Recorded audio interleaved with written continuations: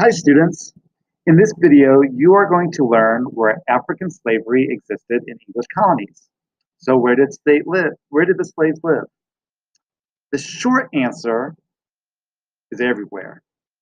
It's important to note that most African slaves that came to the New World before the American Revolution went to the Caribbean and South America. But that doesn't mean that a lot of slaves, approximately 500,000, were brought to English colonies. The first African slaves that were used in the West Indies, but it didn't take long for Africans to show up in what would one day be the United States.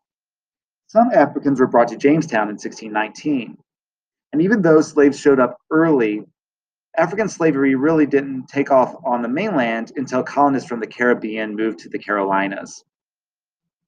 From there, African slavery moved both north and south. I'm saying that because you need to know that slaves did not just exist in southern colonies and Chesapeake colonies like South Carolina, Virginia, and Georgia. Massachusetts, for example, legalized slavery in 1641. Your takeaway should be that early on in English colonies, African slavery existed everywhere. Now, as you might imagine, depending on where the slaves were located affected their experience. Slaves in cities like New York or Charleston tended to be more skilled, which meant that they might have had jobs that required quite a bit of training. For example, slaves might have been artisans, carpenters. Slaves in northern cities slept in attics or cellars and did a lot of household work. Perhaps it was that skill that helped those northern slaves and urban slaves assimilate to a slightly greater degree than African slaves in the South. It should be noted, however, that slavery in the North could be brutal just like slavery in the South. I mean, physical abuse was present both in northern colonies and southern colonies.